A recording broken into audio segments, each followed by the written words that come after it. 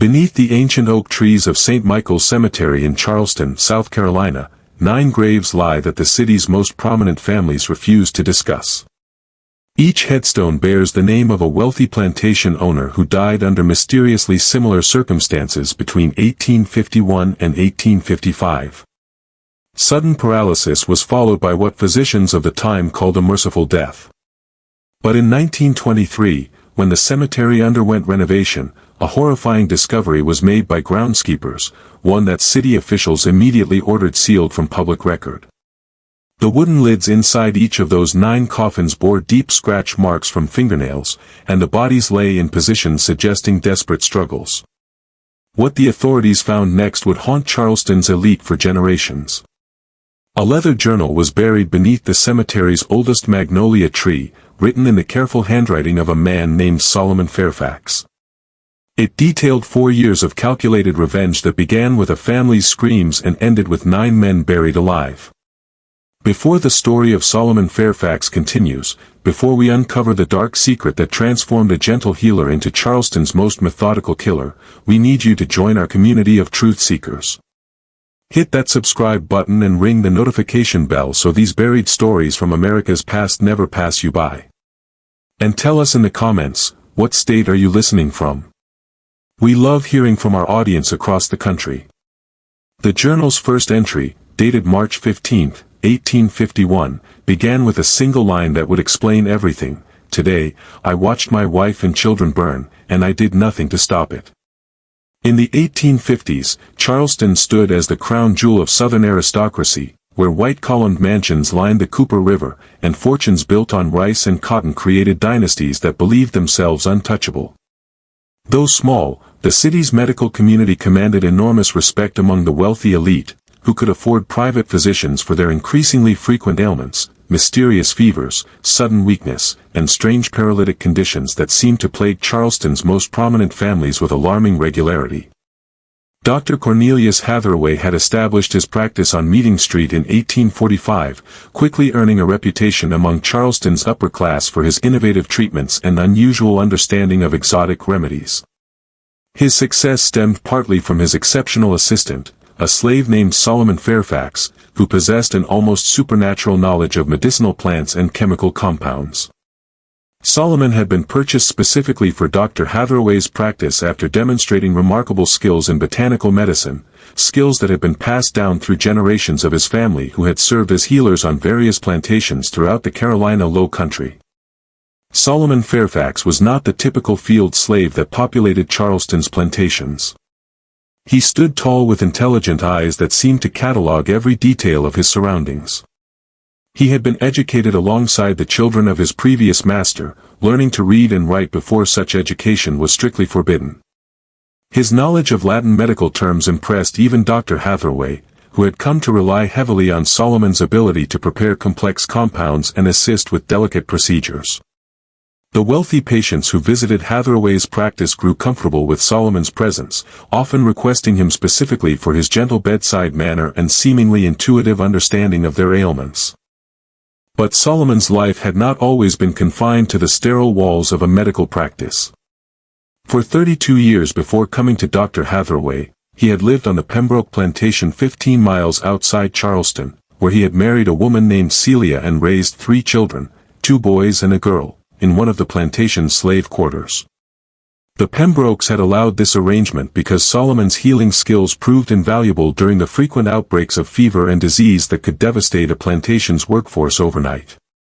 Solomon's expertise had saved countless lives, both slave and free, earning him a measure of respect unusual for someone in his position. He had developed treatments for everything from snake bites to consumption, using a combination of traditional African remedies passed down from his grandmother and new techniques he learned by carefully observing the white physicians who occasionally visited the plantation. The Pembrokes had even allowed him to tend to their own family during times of illness, a privilege that demonstrated the genuine trust they placed in his abilities. However, this relative comfort ended abruptly in March of 1851, when Edmund Pembroke's gambling debts forced him to sell portions of his human property to cover his mounting financial obligations.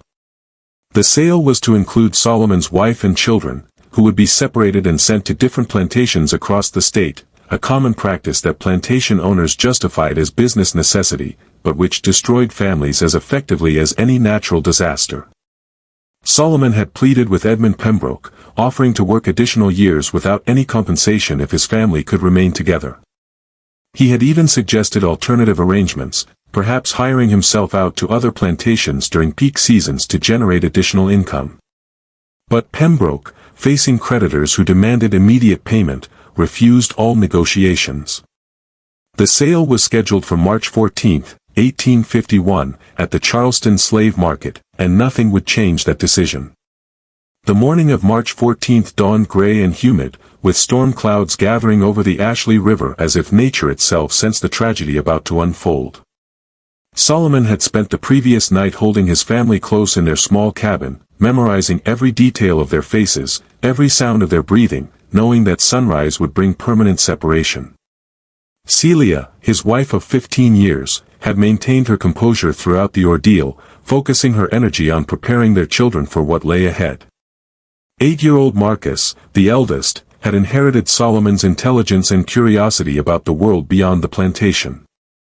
6-year-old Samuel possessed his father's gentle nature and natural affinity for healing, often helping Solomon gather medicinal plants from the woods surrounding their quarters. Their daughter, 4-year-old Grace, clung to her mother with the instinctive understanding that something terrible was about to happen, though she could not comprehend the full scope of what awaited them.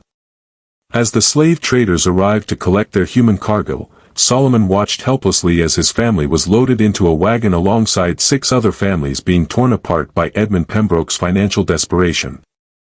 The children's tears mixed with their parents' desperate promises that they would find each other again somehow, someday, promises everyone knew were lies designed to ease unbearable pain. But the true horror began during the journey to Charleston's slave market. Halfway to the city, one of the wagon wheels struck a deep rut in the rain-soaked road, causing the vehicle to tip precariously. In the confusion that followed, Celia fell from the wagon, striking her head against a sharp rock embedded in the roadside. Blood immediately began flowing from the wound, and Solomon, despite his shackled hands, tried desperately to reach her. The slave traders, concerned only with delivering their cargo in saleable condition, made a decision that would haunt Solomon for the rest of his life. Rather than seeking medical attention for Celia, they declared her a loss and ordered the wagon to continue without her. Solomon screamed and fought against his restraints as they left his wife bleeding and unconscious by the roadside. But the other slaves held him back, knowing that resistance would only result in punishment for everyone. The nightmare intensified at the Charleston slave market, where Solomon was forced to watch as his children were sold to separate buyers. Marcus was purchased by a rice planter from Georgetown who specialized in using child labor for the dangerous work of tending irrigation systems in alligator-infested swamps. Samuel was bought by a cotton farmer from the upcountry whose reputation for working slaves to death was well known throughout the region. Grace, too young for fieldwork, was sold to a family in Savannah as a house servant, disappearing forever into the vast network of human bondage that connected southern cities. Through all of this, Solomon maintained an outward appearance of resignation, knowing that any display of emotion or resistance would make his situation even worse. Inside, however, something fundamental had broken. The man who had dedicated his life to healing, to preserving life and easing suffering, watched as everything he loved was destroyed by the casual cruelty of men who viewed human beings as property to be liquidated when convenient. Dr. Hathaway, unaware of the full scope of Solomon's tragedy, purchased him primarily for his medical skills, paying a premium price that reflected Solomon's reputation as an exceptional healer. The doctor had heard about Solomon's abilities from other physicians who had witnessed his work at the Pembroke plantation, and he desperately needed someone with advanced knowledge of medicinal compounds to help with his growing practice. As Solomon was led away from the slave market to begin his new life as Dr. Hathaway's assistant, he cast one final look back at the place where his family had been scattered to the winds. In that moment, something cold and calculating settled into his heart. A patience that would allow him to wait, to learn, and eventually to make those responsible pay a price that matched the enormity of their crimes.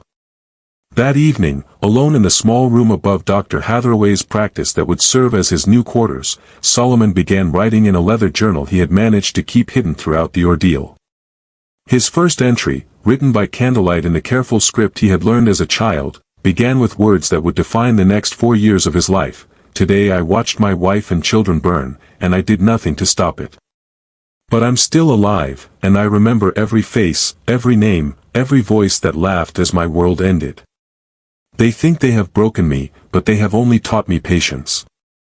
The months following Solomon's arrival at Dr. Hathaway's practice passed in a blur of routine medical procedures and careful observation. Solomon performed his duties with the same quiet competence he had always shown, mixing compounds, preparing treatment rooms, and assisting with patient care. But beneath this facade of acceptance, he was conducting an entirely different kind of study, learning the intimate details of Charleston's medical community and the wealthy families who comprised Dr. Hathaway's clientele. Dr. Hathaway, a widower in his 50s with no children of his own, had come to rely heavily on Solomon's expertise. The doctor suffered from arthritis that made precise work increasingly difficult, and Solomon's steady hands and encyclopedic knowledge of medicinal preparations had become indispensable to the practice. More importantly, for Solomon's developing plans, Dr. Hathaway had begun allowing him to handle certain patient interactions independently, particularly when dealing with chronic conditions that required regular monitoring and treatment. Charleston's wealthy elite, accustomed to the finest medical care available, initially viewed Solomon with the typical mixture of casual indifference and condescending approval that characterized their interactions with skilled slaves. However, his obvious competence and respectful demeanor gradually earned him a level of trust that would prove crucial to his plans. Patients began requesting him specifically, praising his gentle touch and apparent intuitive understanding of their conditions. During this period, Solomon methodically researched the backgrounds of every wealthy family that visited the practice. He learned about their business dealings, their social connections, and most importantly, their involvement in the slave trade that had destroyed his family. Through careful listening and discreet inquiries among other slaves who worked in Charleston's grand houses, he compiled detailed information about the men who had participated in or profited from the auction that scattered his children across the South. His investigation revealed that Edmund Pembroke had been merely one link in a much larger chain of exploitation. The Charleston slave market operated with the support and participation of the city's most respected citizens, men who served on church boards and charitable committees while simultaneously treating human beings as livestock to be bought and sold for profit. These were the men who attended elegant dinner parties to discuss literature and philosophy while their wealth was built on the suffering of families like Solomon's. Among Dr. Hathaway's regular patients, Solomon identified 9 men who had direct connections to his family's destruction. Some had been present at the auction, bidding on human cargo with the same detached interest they might show when purchasing horses or cattle. Others had provided financial backing for the slave trading operation, lending money to dealers who specialized in breaking up families to maximize profits. A few had purchased slaves from the same auction that had sold his children, contributing to the system that treated human beings as disposable commodities. As 1851 progressed into 1852, what Solomon privately called his education in advanced chemistry began. Dr. Hathaway's medical library contained numerous texts on pharmaceutical compounds, including detailed descriptions of various substances that could produce paralysis, unconsciousness, or the appearance of death while leaving the victim's mind fully aware. These books, written for legitimate medical purposes, became Solomon's textbooks in a curriculum of revenge. The most significant discovery came in a treatise on South American plant toxins, which described a compound derived from a vine that grew in the Amazon basin but had been successfully cultivated in the greenhouse of a Charleston botanist who supplied exotic specimens to wealthy collectors. This particular toxin, when properly prepared, could induce a state of complete muscular paralysis while leaving the victim's consciousness and pain sensation entirely intact. The affected person would appear dead to casual observation but would remain fully aware of their surroundings for several hours before the toxin's effects proved fatal. Solomon spent months learning to identify and cultivate the plant, eventually locating specimens in the greenhouse of Dr. Hathaway's friend, Professor Nathaniel Crenshaw, who taught natural sciences at the College of Charleston. The development of his paralytic compound required months of careful refinement. Working in a small shed behind Dr. Hathaway's office, ostensibly to prepare herbal remedies that supplemented the doctor's treatments, Solomon cultivated the toxic vine and experimented with extraction methods. The process was dangerous. Several times he accidentally exposed himself to small amounts of the toxin, experiencing temporary numbness that gave him a terrifying preview of what his victims would endure in their final hours. The compound in its final form was a colorless, odorless liquid that could be easily mixed with other medications without detection. When administered in the correct dosage, it would begin taking effect within 30 minutes, initially causing weakness and disorientation that would be attributed to the patient's existing medical condition. Within an hour, complete paralysis would set in, but the victim would remain conscious and able to hear, see, and feel everything happening around them. Most crucially, the paralysis would be so complete that it would be impossible to detect breathing or pulse without extremely careful examination. To physicians of the 1850s, lacking modern diagnostic equipment, a patient treated with Solomon's compound would appear to have died peacefully from natural causes. Only someone with extensive knowledge of the toxin's properties would recognize the subtle signs that indicated the victim was still alive but completely immobilized. Solomon's selection of Colonel Reginald Fitzpatrick as his first victim was both strategic and personal. Fitzpatrick's monthly visits for gout treatment provided a predictable schedule, and his arrogant demeanor made him particularly easy to despise. More importantly, Fitzpatrick lived alone except for house slaves who were terrified of him, making it unlikely that anyone would insist on an extended wake or detailed examination of his body after death. The Colonel's medical history provided Solomon with the perfect cover story. Fitzpatrick suffered not only from gout but also from a weak heart, a condition that Dr. Hathaway had been monitoring for several years. If Fitzpatrick died suddenly, heart failure would be the obvious diagnosis, requiring no further investigation or autopsy. On December 15, 1852, Colonel Fitzpatrick arrived for his regular appointment, complaining that his gout pain had worsened significantly over the past week. Dr. Hathaway was attending to another patient, so he instructed Solomon to prepare Fitzpatrick's usual treatment and begin the consultation. This routine delegation of responsibility provided exactly the opportunity Solomon had been waiting for. As Solomon prepared the Colonel's medication, he added precisely measured drops of his paralytic compound to the solution.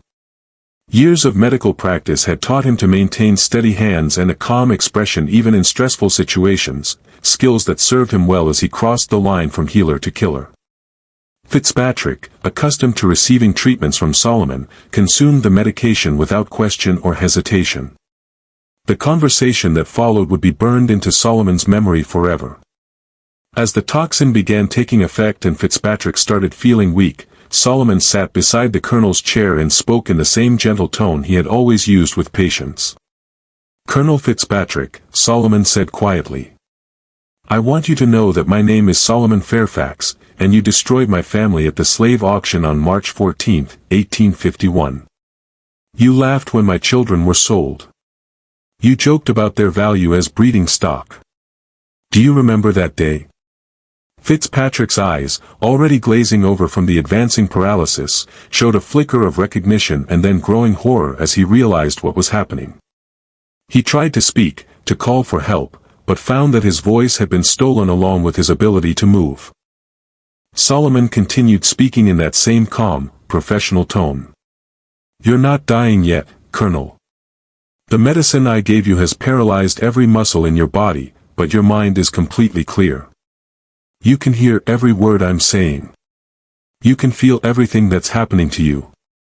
In about an hour, Dr. Hathaway will examine you and pronounce you dead from heart failure. Your body will be prepared for burial, and tomorrow evening, you'll be placed in your coffin and buried in St. Michael's Cemetery." Solomon leaned closer, ensuring that Fitzpatrick could see his face clearly. "But you won't actually die until several hours after you're buried. You'll be completely aware as the dirt is shoveled onto your coffin. You'll hear every sound, feel every sensation, and have plenty of time to think about what you did to my children. That's when you'll understand what terror really feels like." The paralysis was now complete. Fitzpatrick appeared to be a corpse, but Solomon could see the desperate awareness in his eyes, the frantic effort to somehow communicate or escape his immobilized body. Solomon checked the colonel's pulse and breathing with professional thoroughness, confirming that both were so faint as to be undetectable without specialized instruments. When Dr. Hathaway entered the treatment room 5 minutes later, he found Solomon standing respectfully beside what appeared to be Colonel Fitzpatrick's body, his expression showing appropriate concern and sadness. "I'm afraid the colonel has passed, Doctor," Solomon reported quietly. "His heart gave out while I was preparing his next treatment. He seemed to go very peacefully." Dr. Hathaway's examination confirmed Solomon's diagnosis. The colonel showed no signs of life, and given his known heart condition, the cause of death seemed obvious. Within an hour, the body was removed to Fitzpatrick's mansion, where arrangements were made for a funeral befitting one of Charleston's most prominent citizens. Solomon attended the funeral, standing respectfully in the section designated for slaves, while Colonel Fitzpatrick's coffin was lowered into the ground.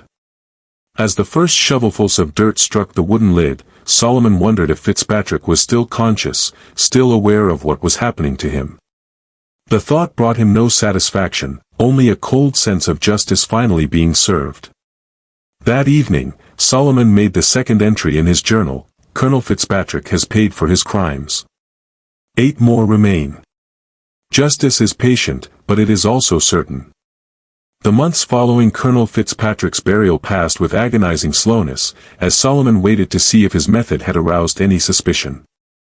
Charleston's social circles buzzed with the expected condolences and remembrances of the colonel's contributions to the community, but no questions were raised about the circumstances of his death.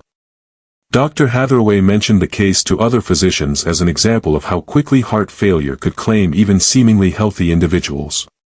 And Solomon's reputation as a skilled and caring medical assistant remained untarnished. This successful execution of his first revenge gave Solomon confidence to proceed with the second phase of his plan. But it also forced him to confront the psychological toll of what he was doing. Despite years of careful preparation and absolute certainty about the justice of his cause, actually watching a man die in terror had affected him more deeply than expected. He found himself unable to sleep for weeks afterward, not from guilt, but from the vivid imagination of what Fitzpatrick had experienced in those final hours buried alive. The selection of his second victim required careful consideration of timing and method. Solomon needed to avoid establishing any pattern that might eventually attract attention, which meant varying both the intervals between deaths and the apparent causes. His research had identified Judge Marcus Calverton as an ideal second target, a man who had not only witnessed the sale of Solomon's family but had provided legal justification for the separation of slave families, arguing in court that such practices were essential for maintaining order and maximizing economic efficiency. Judge Calverton suffered from severe migraines that had grown progressively worse over the past 2 years, forcing him to seek treatment from Dr. Hathaway on an increasingly frequent basis. The judge's condition provided Solomon with both opportunity and cover. Migraine sufferers were known to occasionally suffer fatal strokes, and Calverton's advanced age made such an outcome medically plausible. But before Solomon could implement his plan against Judge Calverton, an unexpected complication arose that nearly derailed his entire campaign of revenge. In March of 1853, Dr. Hathaway announced that he was considering taking on a junior partner, a young physician named Dr. Timothy Henderson, who had recently completed his medical training in Philadelphia and was eager to establish himself in Charleston's competitive medical community. Dr. Henderson's addition to the practice would mean increased scrutiny of Solomon's activities, more witnesses to his interactions with patients, and greater difficulty in administering his paralytic compound without detection. Even more concerning, Dr. Henderson had trained under physicians who were familiar with the latest advances in forensic medicine, including techniques for detecting unusual substances in deceased patients. Solomon realized that he would need to accelerate his timeline significantly. Rather than spacing his victims' deaths over several years as originally planned, he would need to complete his mission within months before Dr. Henderson's presence made continued operations impossible. This compression of his schedule would require him to take greater risks and accept less than perfect conditions for some of his planned murders. The pressure to move quickly led Solomon to his first serious mistake. While preparing for Judge Calverton's treatment in April 1853, Solomon accidentally used a slightly higher dose of his paralytic compound than intended.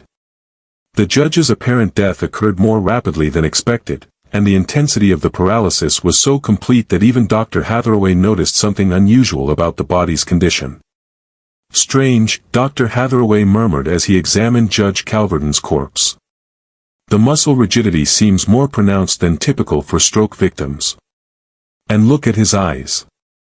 There's something almost desperate about their expression." Solomon's heart raced as he watched Dr. Hathaway conduct a more thorough examination than he had performed on Colonel Fitzpatrick. For several terrifying minutes, Solomon feared that his entire plan was about to be exposed. But Dr. Hathaway's medical training, while thorough for its time, lacked the specific knowledge needed to recognize the effects of Solomon's exotic toxin. After 15 minutes of examination, the doctor concluded that the unusual symptoms were simply the result of Judge Calverton's particularly severe stroke. "Poor man must have suffered terribly in his final moments," Dr. Hathaway observed, unknowingly describing exactly what Judge Calverton was experiencing at that very moment, paralyzed but conscious as his body was prepared for burial.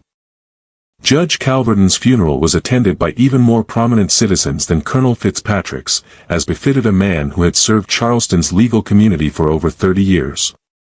Solomon watched from the slave section as the judge's coffin was lowered into St. Michael's Cemetery, just 3 rows away from where Colonel Fitzpatrick lay buried. As the funeral concluded, Solomon noticed something that sent a chill through his blood: a young man standing near the back of the crowd, taking careful notes in a small leather book. The note-taker was Thomas Grimby, a journalist for the Charleston Mercury, who had begun investigating what he privately called the prominent deaths phenomenon, a series of sudden fatalities among the city's elite that seemed statistically unlikely. Grimby had noticed that over the past 6 months, Charleston had lost several wealthy citizens to unexpected medical emergencies, all under circumstances that were medically explainable but collectively suspicious. Solomon's journal entry for that evening reflected his growing awareness that time was running out. "Judge Calverton has joined Colonel Fitzpatrick in experiencing true justice. But I fear that others are beginning to notice patterns that could threaten the completion of my mission. I must work faster, even if it means accepting greater risks." The acceleration of Solomon's timeline meant that his third victim would need to be eliminated within weeks rather than months. He selected Captain William Dandridge, a ship owner who had transported slaves from Charleston to markets throughout the South and who had personally supervised the loading of human cargo with the same attention to detail he showed when handling valuable cotton shipments. Captain Dandridge presented unique challenges as a target. Unlike the previous victims who had visited Dr. Hathaway's office regularly for chronic conditions, Dandridge was generally healthy and only sought medical attention for minor injuries sustained during his maritime activities. Solomon would need to create an opportunity rather than waiting for one to occur naturally. The solution came through Solomon's network of contacts among Charleston's slave community. Kitchen slaves who worked in the grand houses along the Battery often gathered information about their masters' activities and shared it with slaves from other households.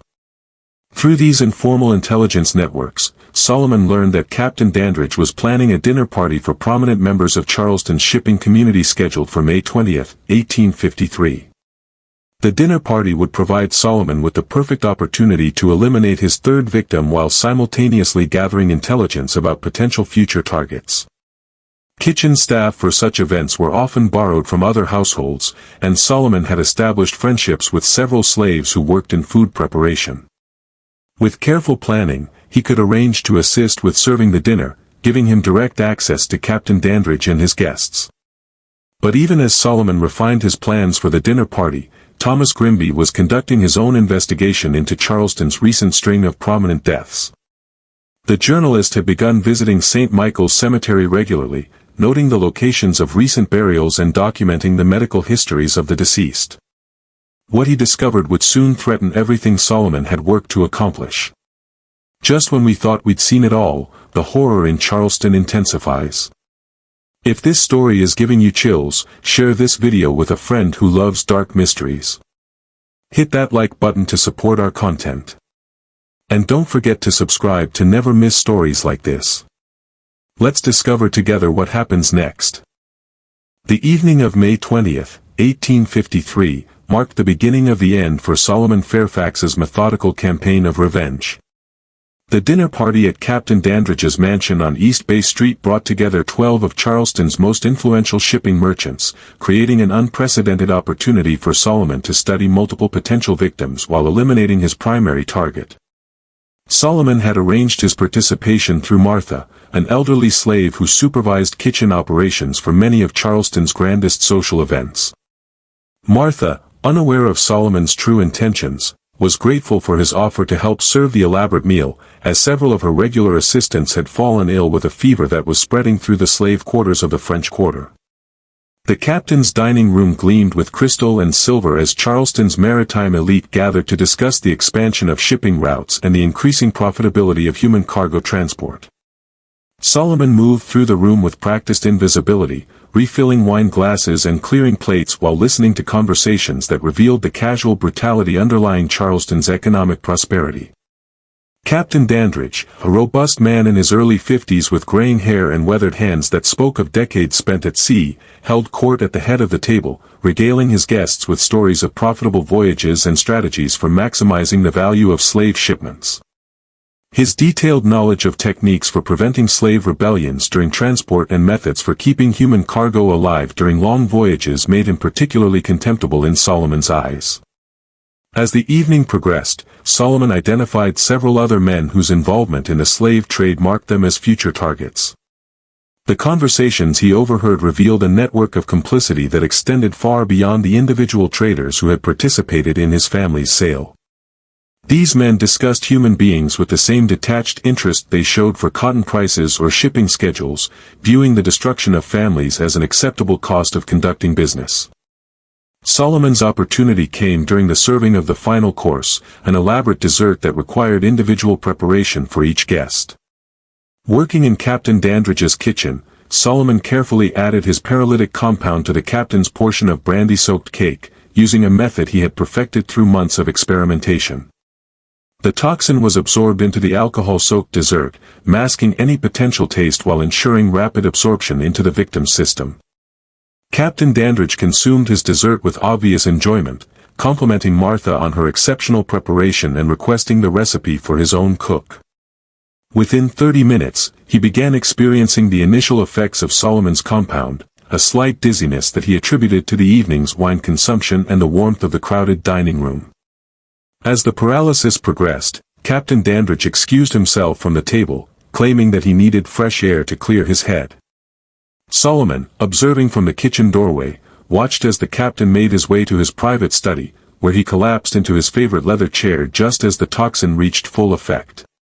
The discovery of Captain Dandridge's death 20 minutes later created exactly the kind of scene Solomon had hoped to avoid.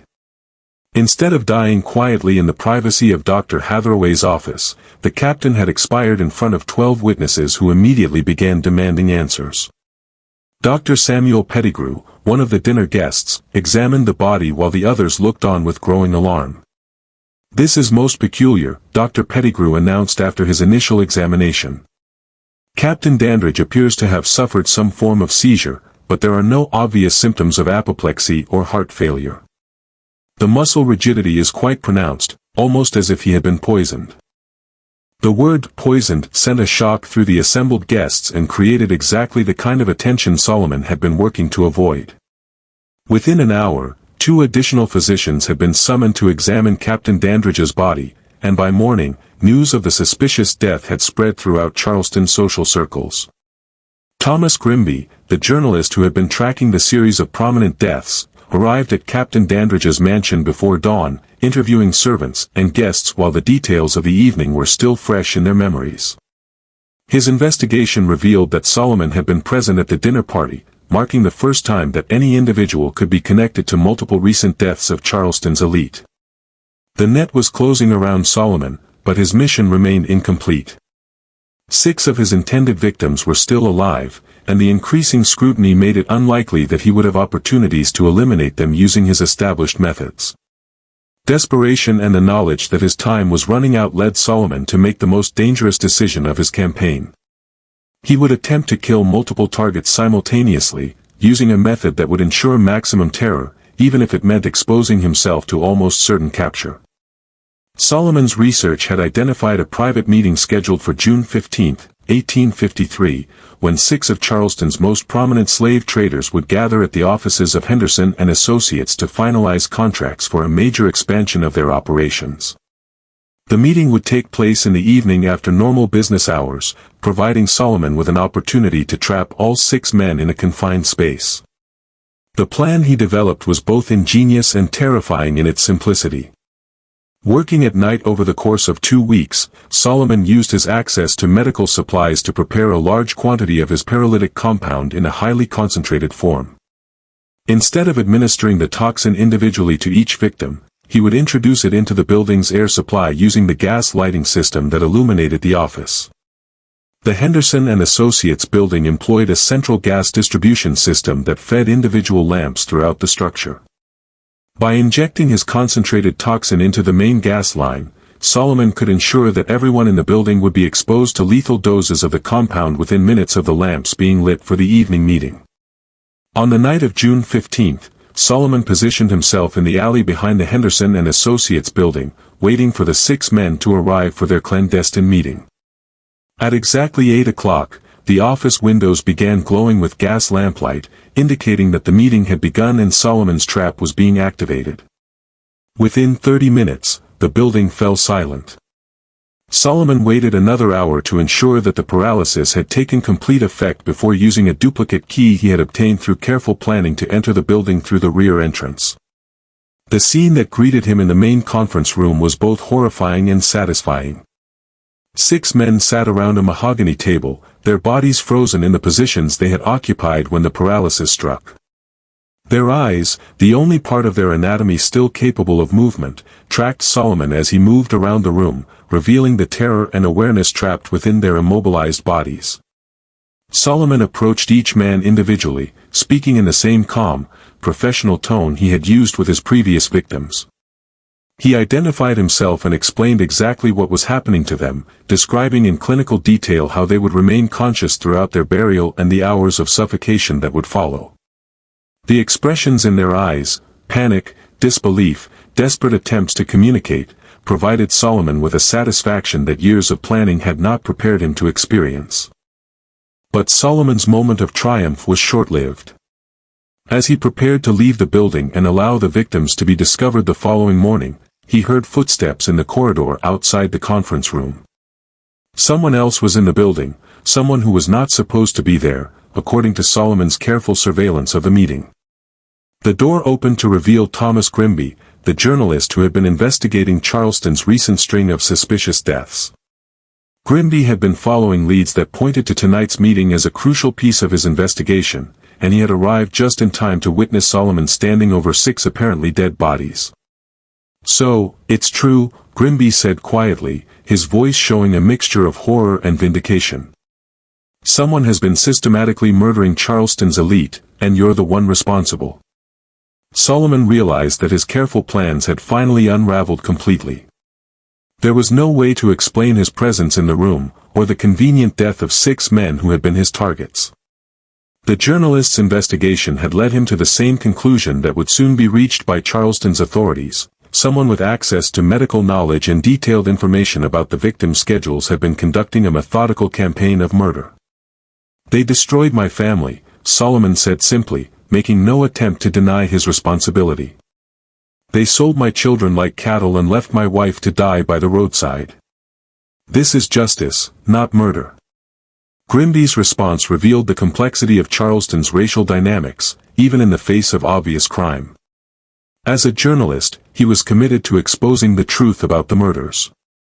As a Southerner, he understood the brutal realities of the slave system that had motivated Solomon's revenge. The conflict between these perspectives created a moment of hesitation that would determine both men's fates. "Those men in there," Grimby said, gesturing toward the paralyzed victims. "They're still alive, aren't they? That's why their eyes are moving. You've done something to them that makes them appear dead while keeping them conscious." Solomon nodded, seeing no point in denying what was obviously true. "They'll experience exactly what my children felt when they were torn away from everything they knew. They'll have hours to think about what they did, just as my family had hours to contemplate their fate during that wagon ride to the slave market. The conversation that followed would be recorded in Grimby's own journal, discovered decades later during the renovation of his former residence. The journalist found himself caught between his professional obligation to expose a mass murderer and his human understanding of the injustices that had created that murderer.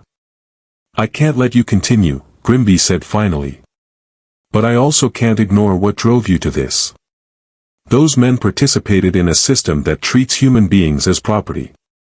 They profited from breaking up families and selling children. In any just society, they would face consequences for those actions." Solomon's response revealed the philosophical framework that had sustained him through 4 years of planning and execution. "In a just society, my family would never have been destroyed in the first place.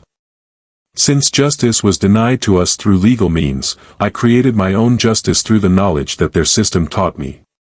The standoff between Solomon and Grimby was interrupted by the sound of approaching voices outside the building.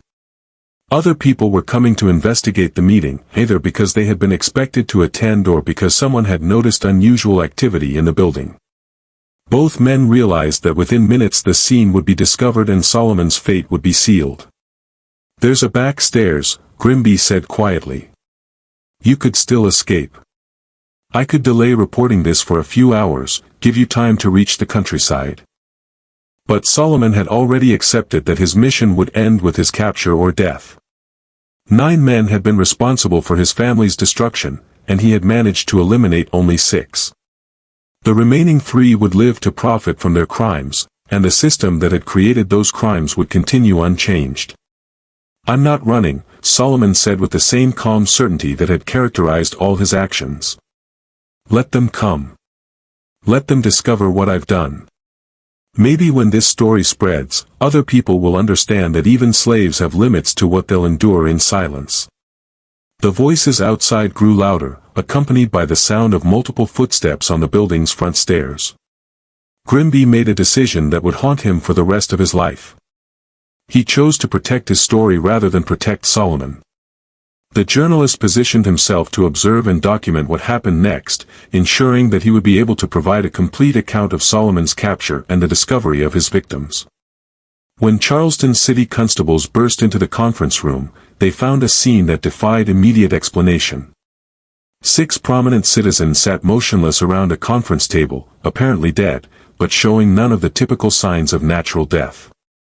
Standing calmly beside the table was a slave who made no attempt to flee or resist arrest, instead offering a complete confession of his actions and a detailed explanation of his methods.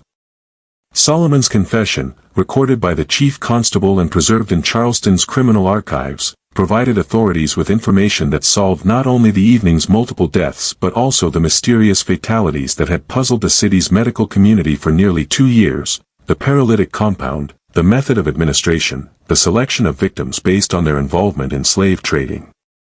Everything was documented with the same methodical precision that had characterized Solomon's campaign of revenge.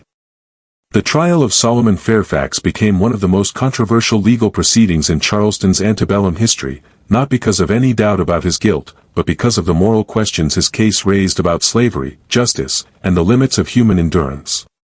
The prosecution, led by District Attorney Charles Rutledge, presented the case as a simple matter of murder, a slave who had killed 9 prominent citizens and must be executed to maintain social order. The defense, appointed by the court and led by the reluctant attorney Benjamin Crawford, faced the nearly impossible task of defending a client who had confessed to multiple murders while arguing that those murders were justified by the systematic destruction of his family. Crawford's strategy focused not on denying Solomon's guilt but on exposing the brutal realities of the slave system that had created the conditions for such desperate revenge. The trial revealed details about Charleston's slave trade that had previously been hidden from public view. Testimony about the methods used to separate families, the casual cruelty of slave auctions, and the complete legal powerlessness of enslaved people created an uncomfortable mirror for a society that preferred to view slavery as a benevolent institution. Solomon's detailed testimony about watching his family destroyed while being unable to intervene forced Charleston's elite to confront the human consequences of their economic system. Thomas Grimby's coverage of the trial for the Charleston Mercury created a sensation throughout the South.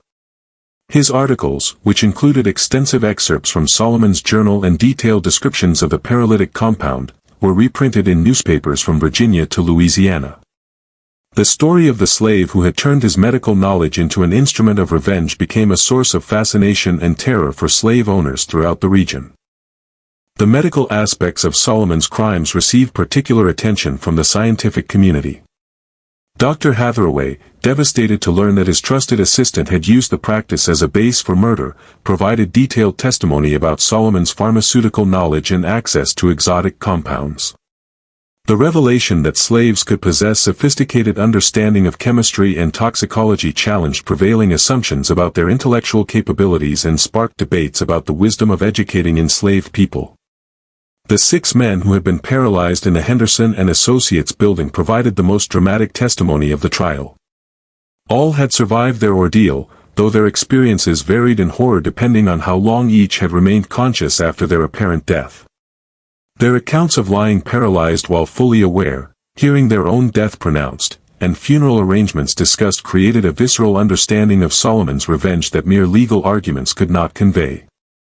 Colonel Harrison Vance, one of the survivors, described the psychological torture of his experience. "I could hear everything, feel everything, but I could not move so much as an eyelid. When my wife wept over my body, I wanted desperately to comfort her, to let her know I was still alive. But I was trapped inside my own corpse, completely helpless, while arrangements were made for my burial." If Solomon Fairfax had intended to show me what terror felt like, he succeeded beyond measure. The revelation that 3 of Solomon's earlier victims, Colonel Fitzpatrick, Judge Calverton, and Captain Dandridge, had been buried while still alive created a public outcry that extended far beyond Charleston's boundaries. Families throughout the South began questioning whether their own deceased relatives had actually died naturally or had been victims of similar poisoning. The demand for exhumations and post-mortem examinations overwhelmed Charleston's medical community and created a climate of suspicion that lasted for years. Solomon himself remained calm and articulate throughout the proceedings, showing no remorse for his actions, while expressing regret only that he had been unable to complete his mission against all 9 of his intended victims.